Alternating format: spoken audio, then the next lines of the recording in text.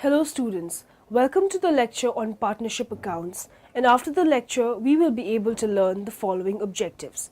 Understand the asset contributions to partnerships, explain the characteristics of partnerships business, discuss the adjustments after closing the accounts, describe the fixed and fluctuating capital accounts, explain the goodwill account, define the joint life policy.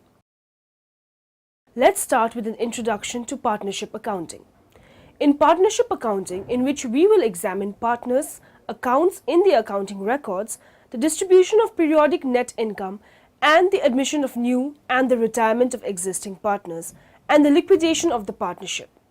A business partnership is a relationship between two or more persons who are in business together with a view to making a profit. Those persons may be individuals, companies, or possibly even trusts. The existence of a partnership is a question of fact. There does not have to be a written partnership agreement, but it is preferable to formalize the relationship between the partners in a written agreement to avoid further disputes, which sadly are all too common with partnerships. However, tax on partnership profits is not a joint liability of the partnership.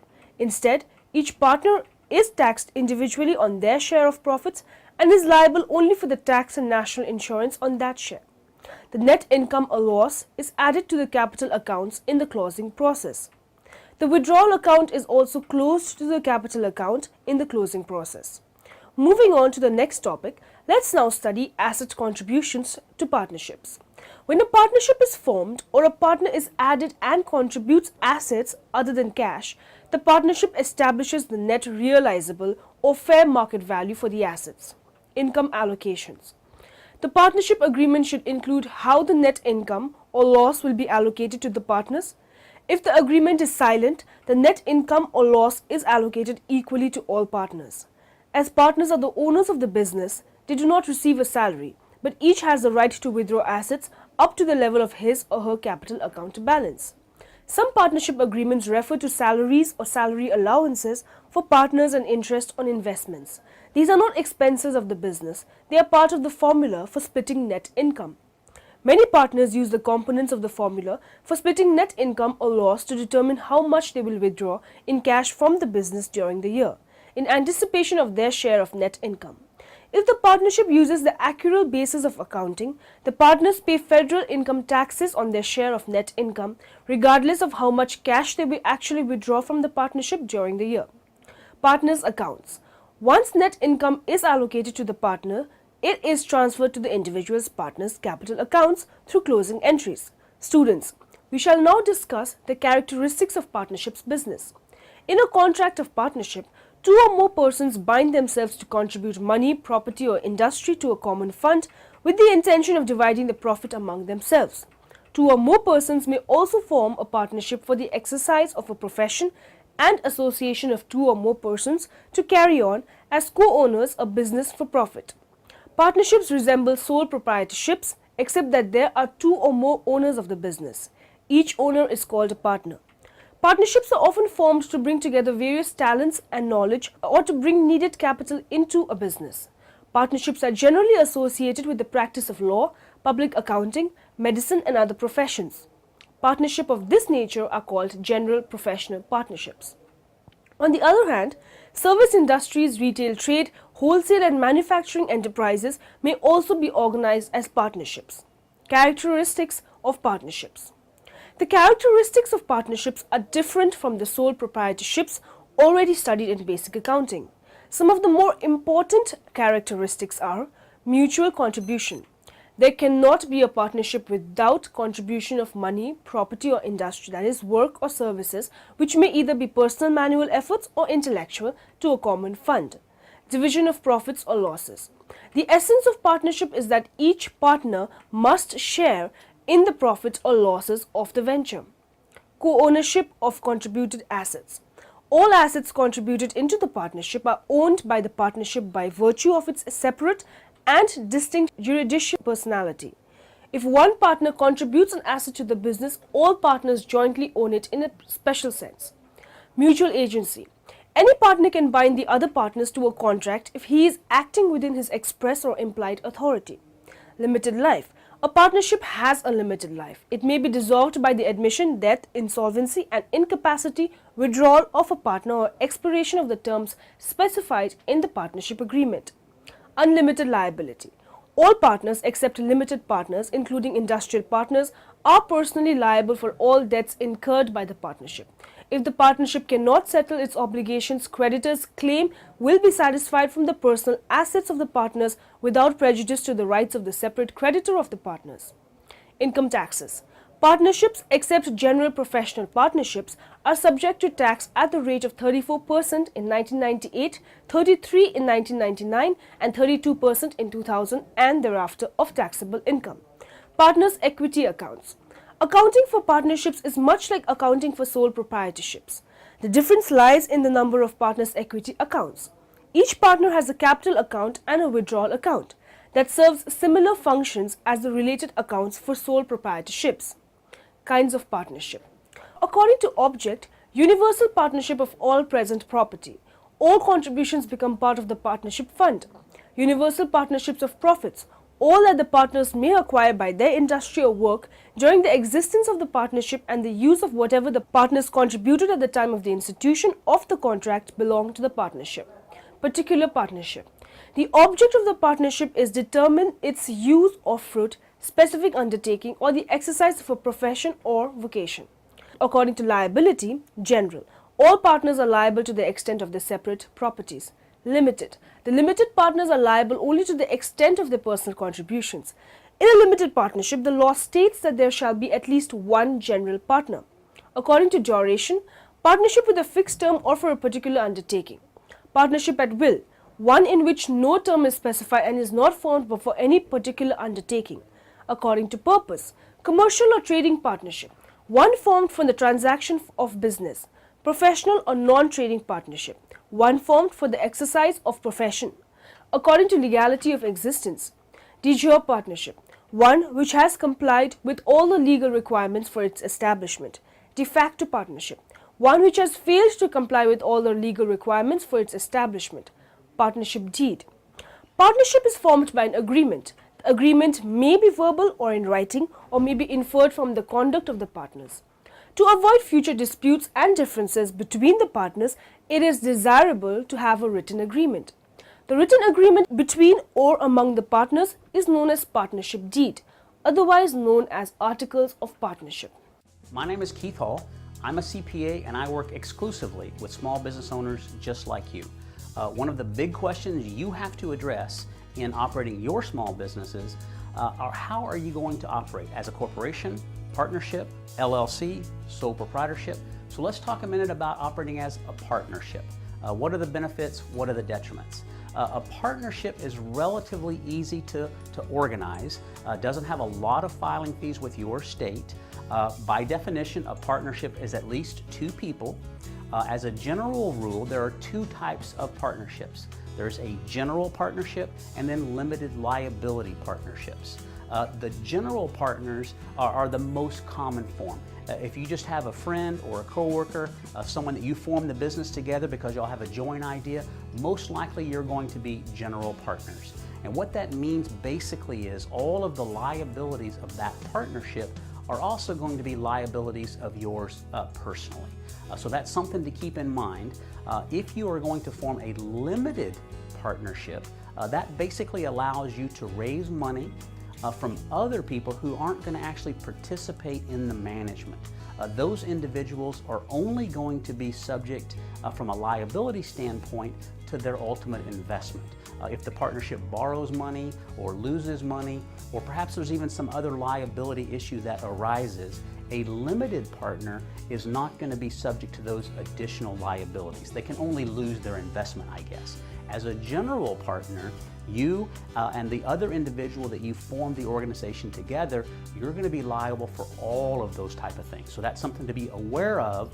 One of the detriments of being a general partner, if you are going to actually invest in a partnership as opposed to just organizing your small business, make sure you look at the documentation to know whether you're going to be a general partner or a limited partner. That's a key issue in managing that partnership.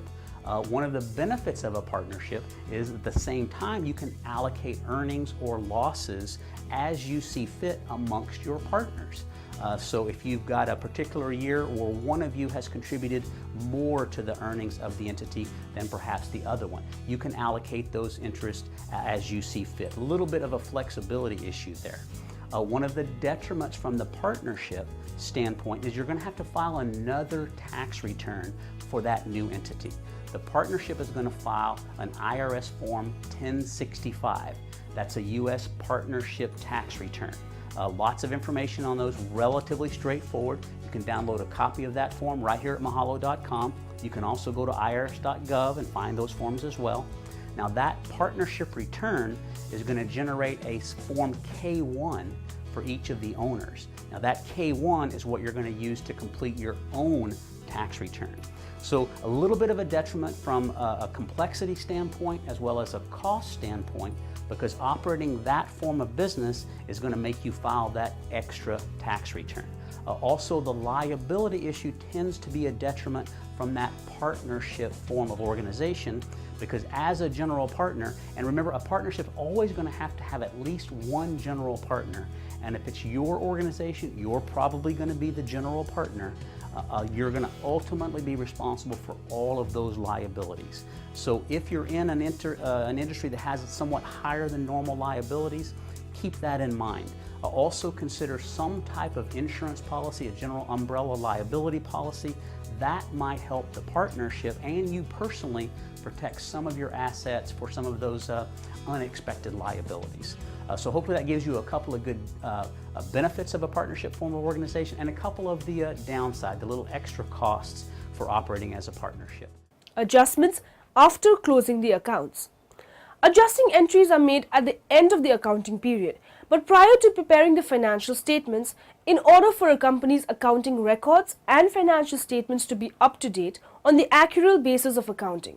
For example, each day the company incurs wages expense but the payroll involving workers' wages for the last day of the month will not be entered in the accounting records until after the accounting period ends.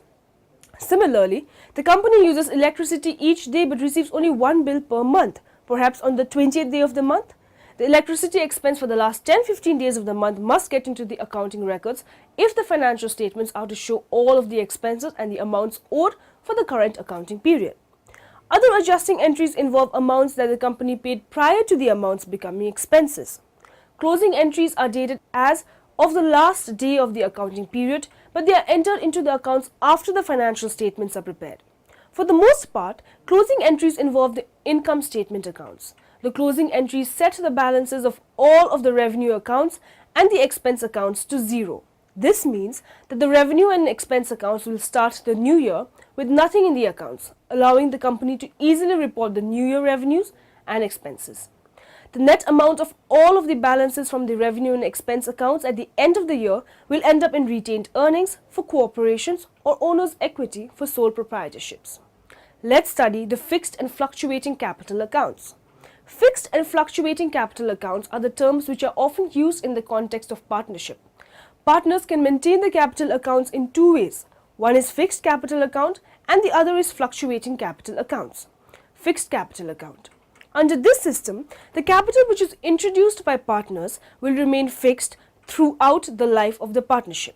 Hence, under this method, two types of accounts are made. One is capital account and the other is current account. In a fluctuating capital account, in this account, capital account of partners will not remain fixed, rather they will keep fluctuating from time to time.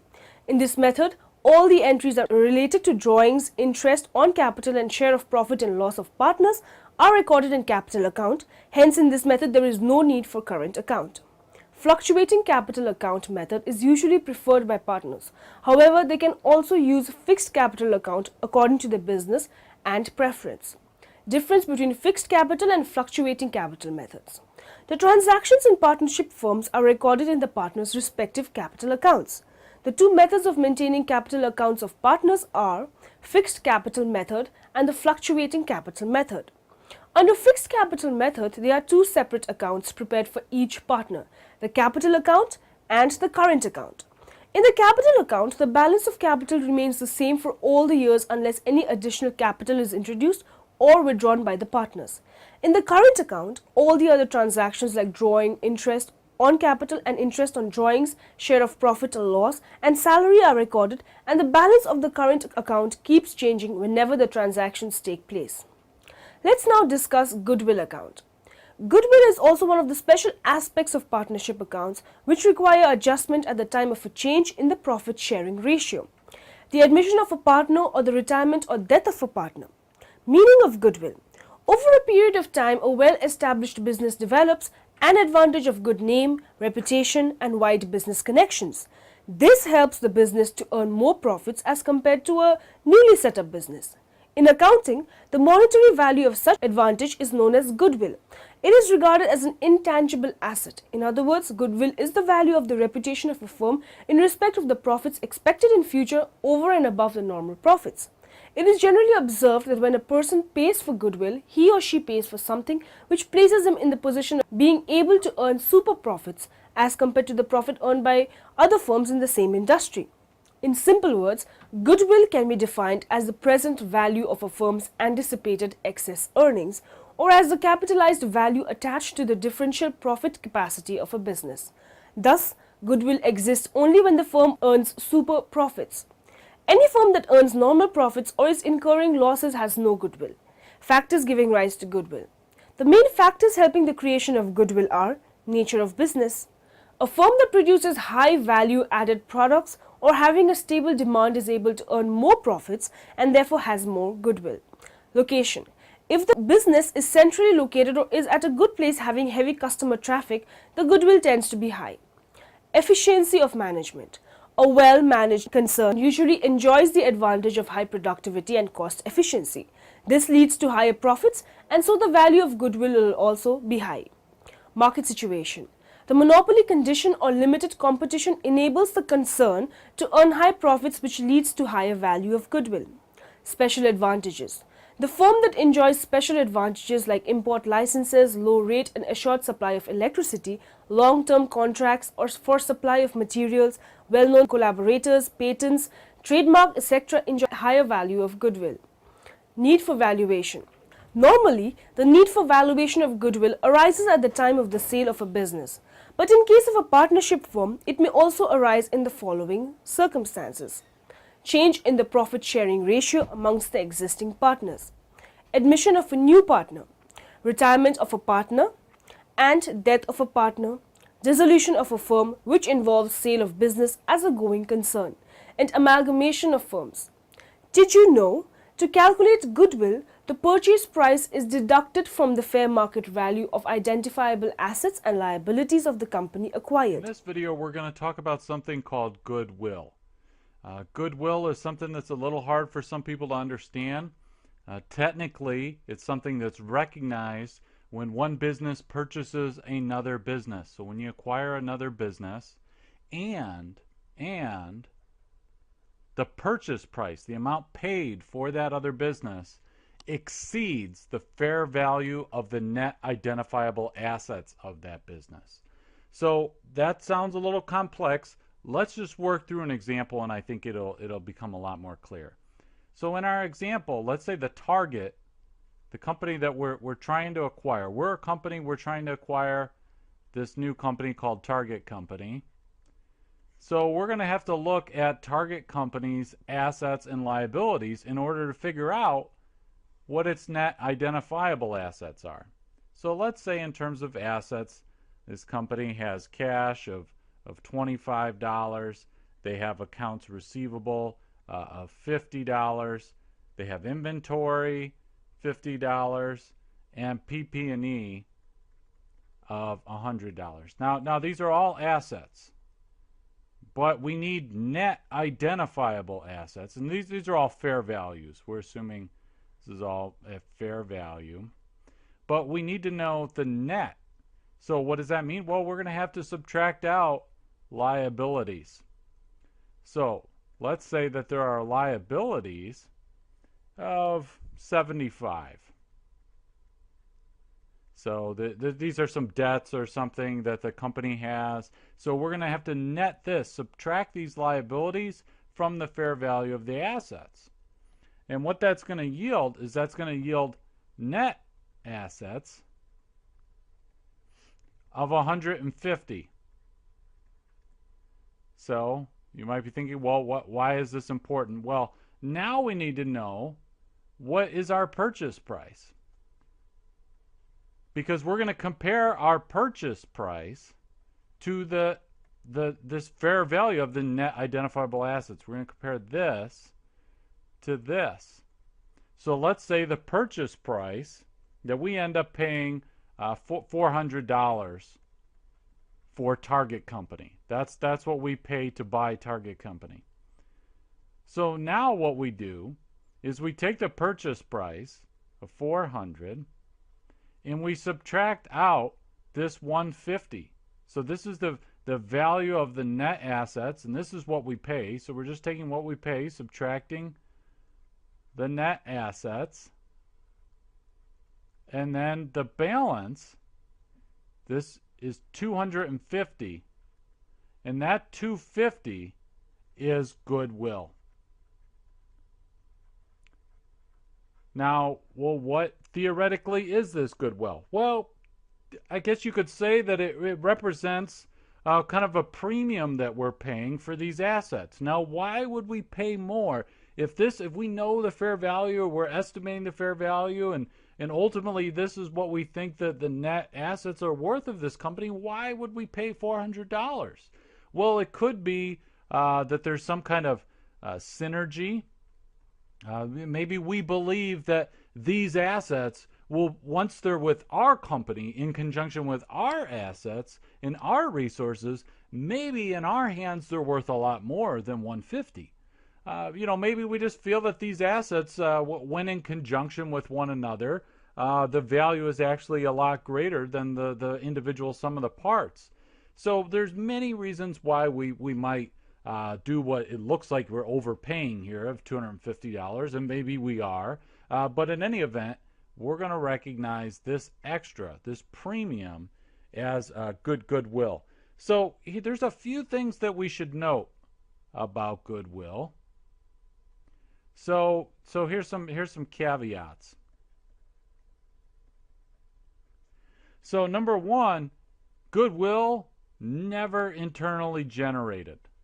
Okay, we only get this when we're purchasing another company.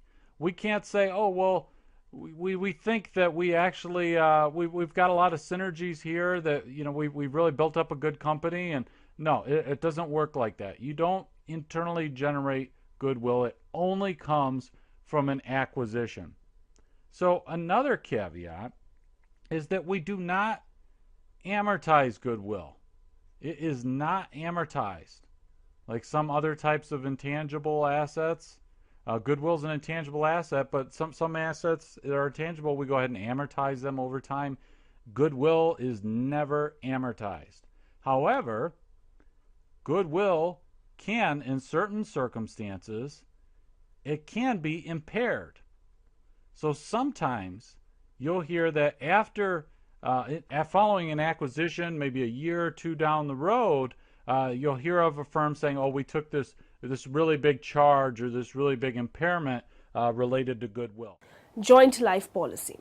A life insurance policy obtained jointly on the lives of the members of a partnership firm is called a joint life policy. Since the firm has an insurable interest in the lives of its members, hence to make finances available for payment to the retiring partner on his retirement or to the legal heirs of the deceased partner, it obtains a joint life policy. The payment for the policy may be either privately by the partners or by the firm. The joint life policy matures on the death of any one of the partners or on the expiry of the time for which it is obtained. Maturity of the policy means that the insurance company becomes liable to pay the sum assured to the firm either on the death of a partner or on the expiry of the time, whichever happens earlier. Accounting treatment. The premium on the joint life policy may be paid either privately by the partners or by the firm. When the premium is paid privately by the partners, then no accounting treatment is required in the books of the firm. But when the premium is paid out of the firm's cash, then the transactions relating to joint life policy will have to be shown in the books of the firm. The treatment of joint life policy of the firm will depend upon the fact whether the premium paid has been considered as revenue expenditure or capital expenditure. When premium paid is considered by the firm as a revenue expenditure, then it opens an account called Joint Life Policy Premium account. Premium paid annually is debited to this account and credited to cash account. At the end of the year, the premium paid is transferred to Joint Life Policy account. These two entries of payment of premium and its writing off to its profit and loss account are recorded every year. On maturity of the policy, amount received from the insurance company is credited to the capital accounts of all the partners, including the retired or the deceased partner, in their profit sharing ratio. Premium paid is debited to this account and credited to bank account. At the end of the year, the Joint Life Policy Premium account is reduced to surrender value by debiting the difference between the premium paid and surrender value. Now, in the end, let us summarize what we have learned in this lecture. A business partnership is a relationship between two or more persons who are in business together with a view to making a profit. Partnerships resemble sole proprietorships except that there are two or more owners of the business. A corporation has the capacity of continued existence regardless of the death, withdrawal, insolvency or incapacity of its directors or stockholders. Partnerships of this nature are called general professional partnerships. Goodwill is also one of the special aspects of partnership accounts which require adjustment at the time of a change in the profit sharing ratio, the admission of a partner or the retirement or death of a partner.